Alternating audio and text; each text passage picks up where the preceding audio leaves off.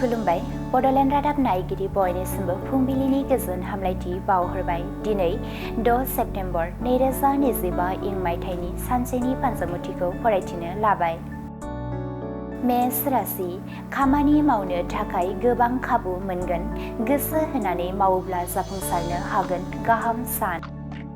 वृष राशि समाजनि हाबा मावनो थाखाय गिदिर बिबान मोनगोन। बयनिबो अनसायनाय मोनगोन। गोसोआव गोजोननाय मोनगोन। मिथुन राशि सोरजोंबाफोर गोसोआव नांनाय बाथ्रा बुंजानो हागौ। गोबां दुखु मोननांगोन। सांग्राङै सोलिनाया गोनां। कर्कट राशि नखराव गोजोन थासारि फैगोन। बयजोंबो अनज्लायना गोरोबलायनानै थानो हागोन। गोजोननि सान। सिंह राशि गावनि गोब्राब नाजानायनि गेजेरजों जिउआव जाफुंसारनो हागोन। ओनसोलनि सुबुंफोरनि अनसायनाय थुलुंगा मोनगोन। गोसोआव गोजोननाय मोनगोन। कन्या राशि गावनि गोरोन्थि हाबा मावनायनि थाखाय साजा मोननांनो हागौ।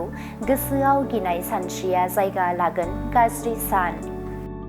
तुला राशि गिदिर जाब्रबथाय जानो हागौ। गोजान लामा दावबायोब्ला सांग्राङै सोलिनाया गोनां। जेंना गोनां सान। वृश्चिक राशि गावनि लुबैनाय हास्थायनायफोरखौ मोनफुंनो हागोन। गोसोआव गोजोननाय मोनगोन। साना गाहामैनो बारलांगोन। धनु राशि गोबां रां खहा जानो हागौ। मुवा बेसाद बायनाय समाव सांग्राङै सोलिनाया गोनां। हेंथा गोनां सान।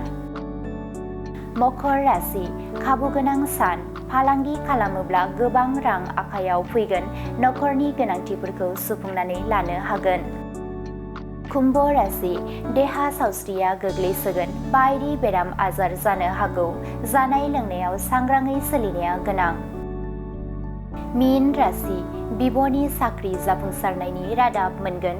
गोसोआव गोजोननाय मोनगोन। रंजा खुसिजों साना बारलांगोन। दिनैनि राशि फरायथिनाया एसेनोसै। बेजों लोगोसेनो दिनैनि साना बुहुमनि साफ्रोमबो सुबुंफोरनि थाखाय गाहाम जाथों। बेनि थाखाय बड'लेण्ड रादाब नखरनि जानानै इसोरनि खाथियाव आरज गाबनाय थाबाय। गोजोन्थों।